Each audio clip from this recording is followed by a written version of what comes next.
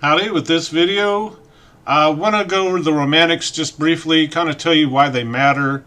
Sometimes when you read them, they might seem, they're very optimistic sometimes, particularly someone like Emerson.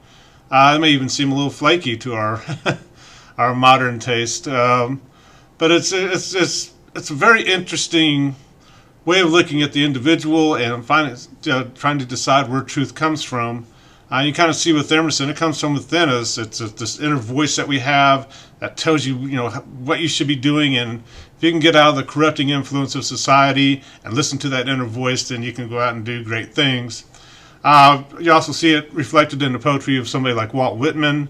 Whitman, all kind of into this idea of self-reinvention, self-rejuvenation. With some of these lines like, do I contradict myself? Very well then, I contradict myself. I'm large, I contain multitudes, right? There's a lot going on inside me, and what's being expressed at one point may not be the same thing that's expressed at the next point. And deal with it, right? My duties to myself. This is the song of myself here. That's the name of his poem. So focus on the individual. Very powerful kind of idea. You can see writers like Poe and Hawthorne and Melville kind of questioning some of these ideas. Is that inner voice always a good thing to listen to? What exactly is that? But a very powerful idea about where truth comes from. I want to look at a Danish philosopher, Søren Kierkegaard, writing it during this time, and he's a fascinating character. If you ever get a chance to study him, I hope you will. But he was kind of concerned with some of these similar ideas, but in a much different way. He didn't like the way the religion and the culture around him worked. He just didn't think it was a representation of how things should be. And eventually he went back to Socrates and Plato, particularly Socrates' idea of having a daemon within him, a daemon.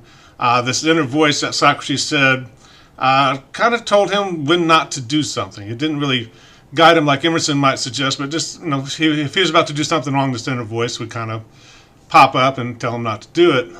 Got him killed, basically. The Greeks believed truth came through tradition and the religion that's been passed down and things like that. Much like people today. If you're a conservative, what are you conserving, right? But Kierkegaard was looking around, not quite in sync with not in sync at all with the people around him. And he kind of went to this idea about where does truth come from. And he really developed this idea that truth is inner and subjective. And no, it may sound, well, okay, it is, but it's a very powerful idea. And what he's basically saying is, yeah, there may be truth outside of me, but I have to interpret it through whatever filters and experiences and ideas of truth I have. And that's what every individual does. And so truth tends to be almost always inner and subjective. So if you're not quite in sync with the community around you, that's okay. The problem is you're still responsible for what decisions you make based on the truth you see. And according to Kierkegaard, this would produce angst and despair, but also a sense of freedom from not having to have this perfect objective truth you're trying for, but working on how you work with your inner definitions of truth, your inner subjective world. So, when you apply this to something like religion, there may be a God out there and a Bible or whatever, or a Quran or whatever religion you are. But you interpret all that specifically through your own mind and feelings and experiences. And that's really all we have. Other people can tell us what they think truth means to them, but again, you're going to interpret that through these inner filters that you have. And this is kind of how truth works. It's a very intense, interesting kind of idea. One passage, he found truth more in line with the teachings of Jesus and his faith. But it wasn't easy. It's not something a lot of religious leaders are going to agree with. You can't just decide what's true and what's not, right? There's something objective out here, but Kierkegaard says yes, but still it has to come through me. It's all I have. And this knowledge that it's imperfect is angst-inducing and might lead me to despair and fear and loathing and all these kinds of unpleasant emotions. One particular passage that fascinated Kierkegaard was Abraham and Isaac in the Bible. And again, nobody gets the religion from a Comp 2 teacher. I'm just going to go through what Kierkegaard was seeing here, right? But in this passage, if you don't remember, I'm going to go through it I'm going to summarize it pretty quickly. But God decides to test Abraham. Of course, Abraham doesn't know this at the time. And he tells him to take his son Isaac, take him to this mountain in the region of Moriah and sacrifice him there as a burnt offering. In other words, he wants Abraham to kill Isaac and set him on fire. That sounds better the way it's phrased in the Bible, but that's basically what's going on there. And Abraham does it. He takes, gets the stuff together, grabs a son, grabs a couple of guys, and they take off for this mountain. And once they get there, he tells the two people to wait, and he and Isaac go up the mountain. He gets everything ready, and you can kind of see along the way, he doesn't tell the men what he's going to do. There's going to be no external validation for what Abraham thinks he has to do. And in fact, if he told these two guys that came with him, they probably would have stopped him the same way if I told you, hey, I'm going to kill my son and set him on fire over on this mountain over here. You would hopefully call the authorities on me, right, before I did something like that. But they go on the mountain.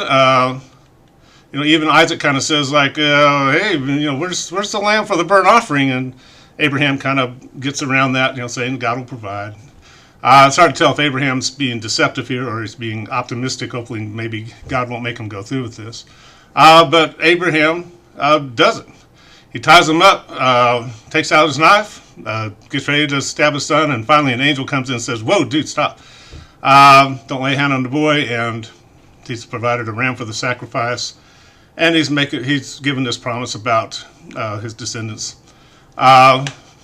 spreading throughout the earth and stuff. But Abraham never talks about this. He never talks to anybody about this. He just kind of hears this command that he obviously probably doesn't understand, and just does it. And Kierkegaard says, no, this isn't something Abraham's going to be able to explain to anybody.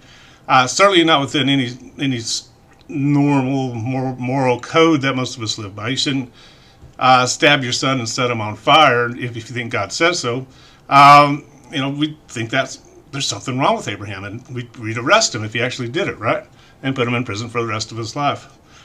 So there's no external moral code. There's nothing Abraham has except this inner subjective truth that he has to live by, to the point he would sacrifice his own son. And Kierkegaard kind of says that's it. That's what I'm not going to go out and kill people, but this inner truth that you can kind of attain, even if only briefly, is incredibly important. And he used this as an example. And it's a very fascinating passage. If you ever hear somebody preach on it, people generally struggle trying to get through this, trying to figure out why Abraham would be willing to do that, what God was going after, and all this kind of stuff. But Kierkegaard just found this passage fascinating because of this idea of this inner truth being all we really have, and might be something we can't explain to other people sometimes, or might isolate us from other people. But it's interesting, he never explains to Isaac what happened, or the two guys, and it just the Bible kind of just moves on after that. So, fascinating passage. Some non-Christians find it very disturbing. If you're willing to kill your kid just because you think God told you to, there's something wrong with you. But Kierkegaard's still saying, no, that's not the point of the passage.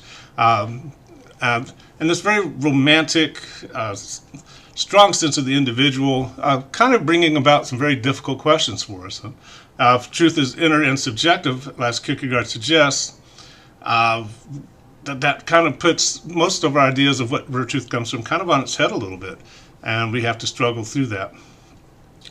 These ideas are going to come back to us with the existentialists in the 20th century. So, while we're going to hit the realists, are going to kind of dismiss some of this stuff. But it's going to come back, because this question of where truth comes from and how the individual responds to it and interprets it, it's going to be a very fascinating question as we go through the literature. So, yeah. again, you know, this isn't a philosophy class or religion class, but it kind of wanted to let you know why the Romantics are very important, and they're still with us today. People still have many of these same ideas, just might be rephrased in a different way. But I'm going to stop there. I wanted to keep this short, but we'll talk to you later. Bye-bye.